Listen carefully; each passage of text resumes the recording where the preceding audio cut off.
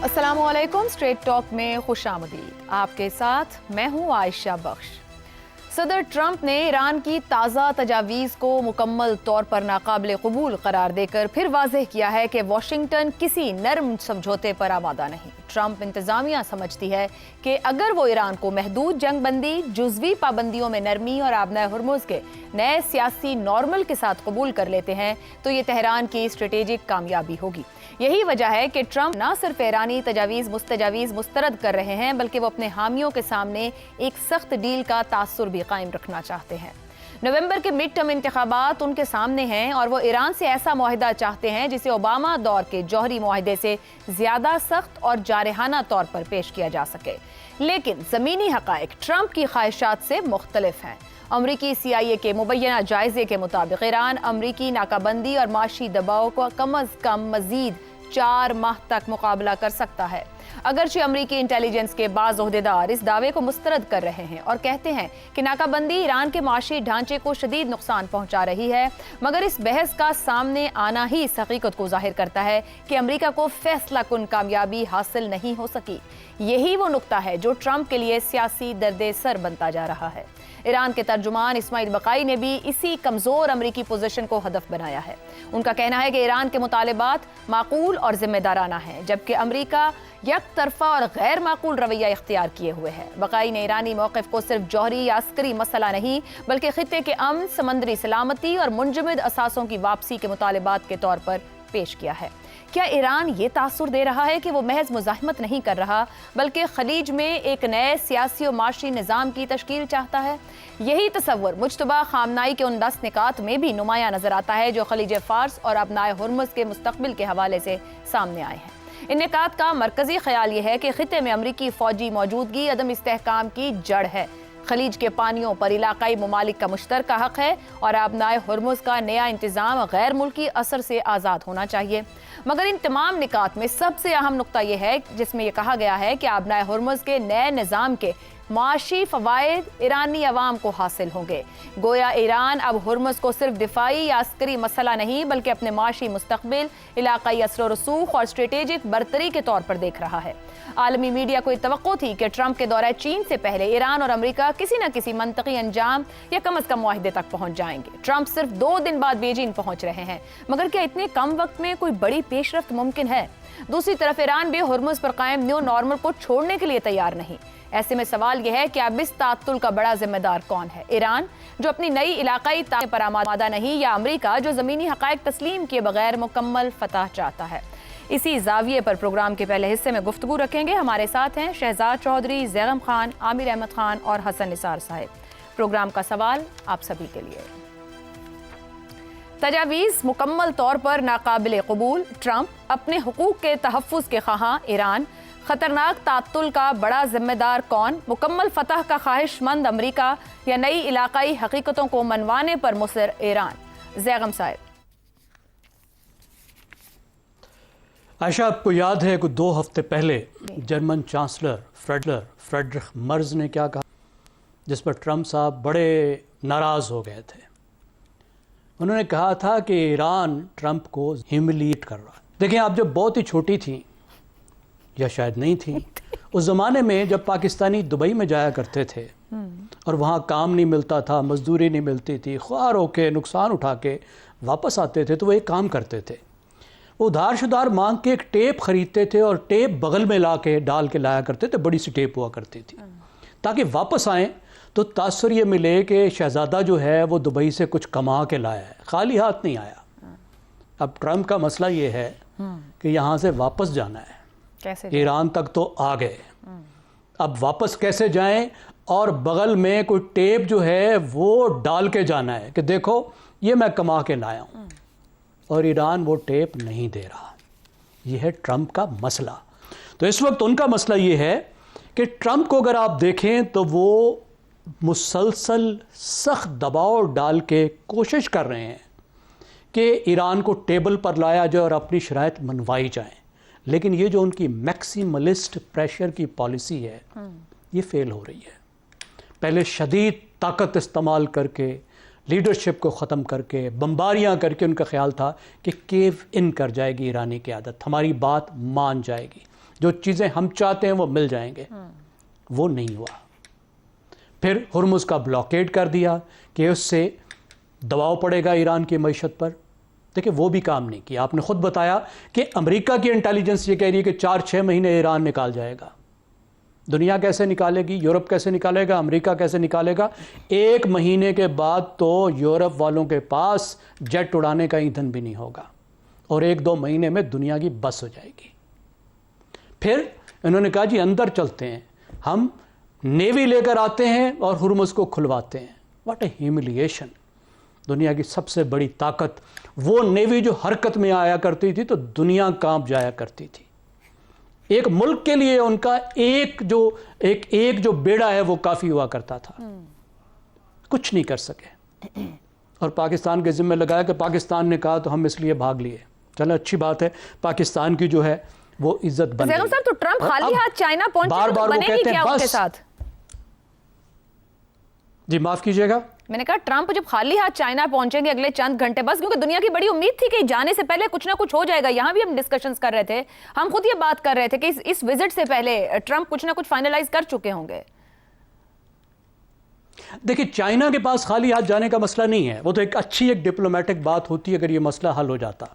मसला है अमेरिका वापस जाने का, इस जंग को बगैर फतह के ऐलान के ख़त्म करने का। एक ऐसी जंग जिसमें बदतरीन नाकामी अमेरिका को हो चुकी है। आप खुद अमेरिका के जो टॉप मैगजीन हैं, टॉप डिफेंस एनालिस्ट हैं, टॉप सिक्योरिटी की उनकी जो पब्लिकेशंस हैं उनको पढ़कर देख लीजिए। वो कहते हैं कि ये ऐसी जंग है जिसके जो नुकसानात हैं और जो असरात हैं किसी भी माजी की जंग से ज़्यादा अमेरिका को हॉन्ट करेंगे और बहुत ही कम वक्त। हुर्मुज़ अगर खुल भी जाती है तो मुझे बताएं, हुर्मुज़ की तलवार तो वो अपने ऊपर, यूरोप के ऊपर, दुनिया के ऊपर लटका के जा रहे हैं ना। बिल्कुल सही, बिल्कुल ये सही। तो अब खत्म नहीं हो सकती, चाहे हुर्मुज़ खुल भी जाए। तो एक नई रियलिटी के साथ वापस जा रहे हैं।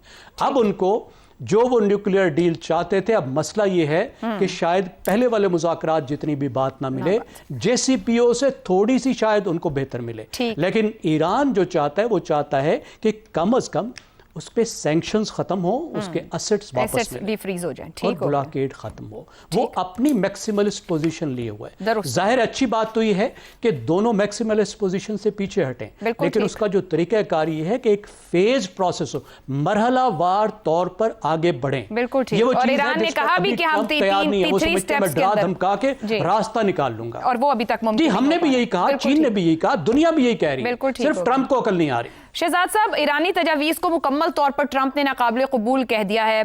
अब ये फरमाइएगा, यहाँ 2 मामलात नजर आते हैं जिन्होंने गुज़िश्ता रोज भी बात की, एक सख्त जौहरी मुआहिदा या आबनाए हुर्मुज़ पर न्यू नॉर्मल। कौन सी शर्त वाकई मुकम्मल तौर पर नाकाबिल कबूल है ट्रंप के लिए, ट्रंप के पॉलिटिकल करियर के लिए, अमेरिका के लिए?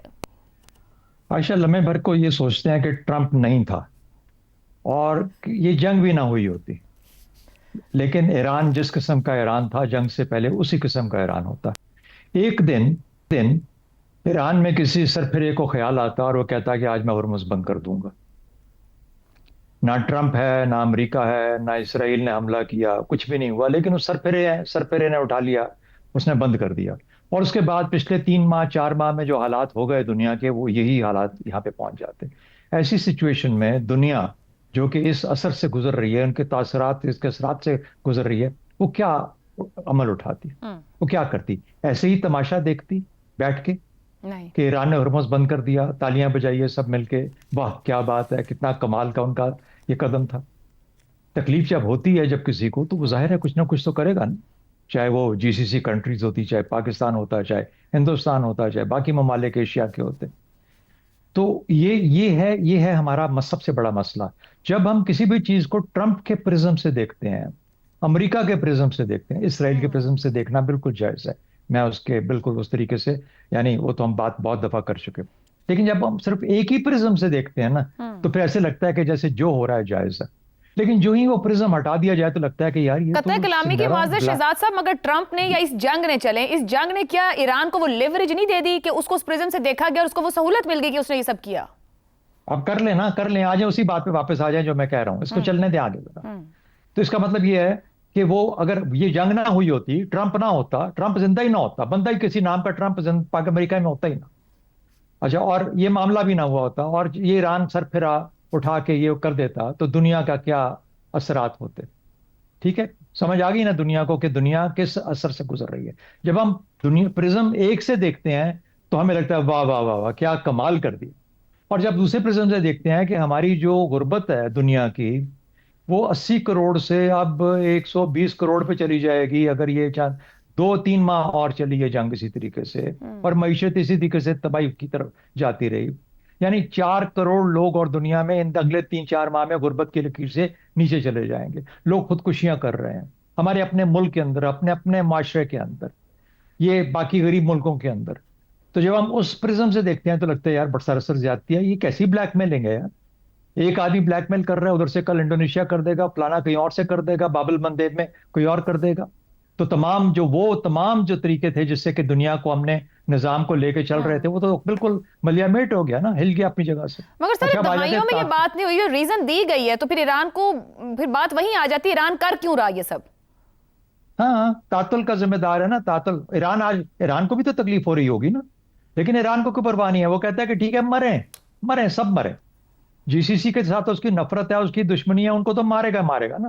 वो बाकी हमें भी मार रहा है, दुनिया को बाकी को भी मार रहा है, लेकिन कहीं ना कहीं पे कहीं थोड़ा बहुत ख्याल आता है कि यार मुझे ठीक है उसकी अपनी, मैं उसकी आता हूँ हकूक की तरफ भी, लेकिन वहां पे कुछ ना कुछ कहीं ख्याल आता है कि मुझे भी थोड़ा सा कोई रवैया अपना तब्दील करना चाहिए। तातुल का शिकार क्यों है? सही। पहले दोनों, अब ट्रंप को ले आते हैं वापस, पहले दोनों पानी से खेल रहे थे, अब दोनों आग से खेलना शुरू हो गए हैं और उस नैज पे पहुंच चुके हैं जहां पे ये आग से खेलना शुरू कर देंगे। अब आग के बाद अगला मरहला क्या है वो खुदा ही जानता है, लेकिन आप एक ऐसे ट्रंप को, जो ट्रंप अब आ गया और वो ट्रंप वही है जो है, उसको आप कुछ भी देने के लिए तैयार नहीं है, तो क्या होगा क्या कि वो पता नहीं किस लेवल तक जाएगा, मुझे नहीं मालूम कहां पे बात जाएगी, किस किस्म की आग के अंदर लेके जाएगा। बहरहाल ईरान के हकूक की बात है, आपने कहा ईरान के हकूक का तहफ़्फ़ुज़।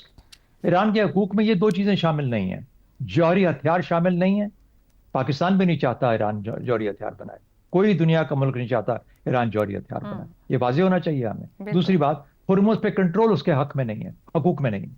ये दो चीजें छोड़ दे, जौहरी हथियार और हुर्मुज़ पे कंट्रोल, मैं देखता हूं कि ट्रंप कैसे, क्योंकि ट्रंप तो उस अरीना से भागना चाह रहा है, वो तो चीन जाना चाह रहा है, वो तो ताइवान जाना चाह रहा है, वो तो साउथ चाइना सी जाना चाह रहा है। वो कह रहा है कि पहले ट्रंप मुझे कुछ दे, वो कहता है फिर मैं हुर्मुज़ बाद में बात करूंगा, पहले सैंक्शन हटा दो फिर मैं हुर्मुज़ की बात करूंगा। ये ब्लैकमेलिंग है, ये दुनिया के मामलात हल करने का तरीका नहीं है। ठीक है, मामलात को अगर हल करना हो तो दोनों साइडों को कहीं ना कहीं पे लचक दिखानी पड़ती है, सिर्फ एक साइड लचक नहीं दिखा सकती। जाहिर है सैंक्शन जाएंगी, हटेंगी, सारी दुनिया कह रही है सैंक्शन हटेंगी, उसको भी क्यों नहीं यकीन आता, लेकिन वो ये ना कि इसको चीन के जाने तक इस तरह का गंदा कर दो, इतना गंदा कर दो कि वाह, हम सब की जो हमारी ख्वाहिशात थी दिल के अंदर, कब से हम इसराइल को गालियां देते थे, अमेरिका की ऐसी तैसी करते थे, वो आज मुकम्मल हो जाए और हम कहें हम बिल्कुल आज हम पुग गए कि हमने अपना काम अदा कर दिया। अंदाजा लगाएं, हमने दुनिया को मार के अपना काम, अपने आप को बड़ा नहीं करना, दूसरे को छोटा करना, बिल्कुल सही, ये है मजबूरी। और ये एक तरह की, देखिए मेरा अपना ख्याल ये है, दोनों तरफ के अंदर लचक होगी तो मामला होगा, वरना फिर उसके बाद दूसरी ऑल्टरनेट, ये जो पागल सरफिरे हैं ना, एक उधर बैठे हैं एक उधर बैठे हैं, ये फिर सरफिरों का कोई कंट्रोल किसी के पास नहीं होता। फिर सऊदी अरबिया वॉर में गया तो हम भी जाएंगे, और हम जिस तरफ जाएंगे वो बड़ी वाज़ेह है किस तरफ जाएंगे। ठीक हो गया।